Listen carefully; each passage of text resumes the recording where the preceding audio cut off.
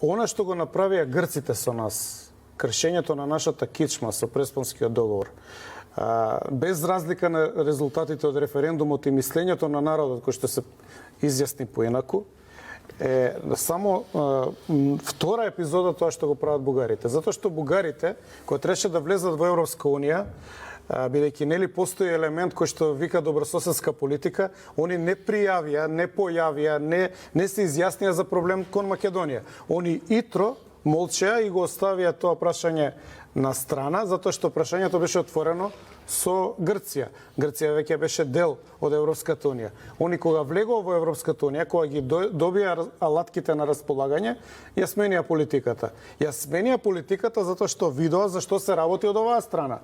Значи, ако можеш ти да смениш име, ако можеш да смениш устав, ако можеш да го избришеш асном и принципите негови од преамбулата, па можеш да ги внесеш и бугарите во уставот.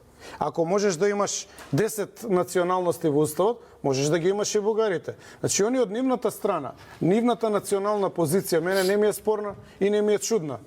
Значи, ја ако најдам село без куќиња, ќе се правам газда. Нема ништо спорно. Проблемот е кај нас. Проблемот е затоа што ние немаме политичка елита која што се базира на познавања и втемелени македонски принципи. Немаме, еве, ја спомнавме формирањето на еврејската држава, принципи како се формира држава, како се брани држава, што е позицијата у една држава од која што нема отстапување. Немаме ние семејства на кои што име престиж да бидат во политика, туку во политика се влегува ради тендери, се влегува ради тоа да се земе лиценца за марихуана, за струја, за ова зона.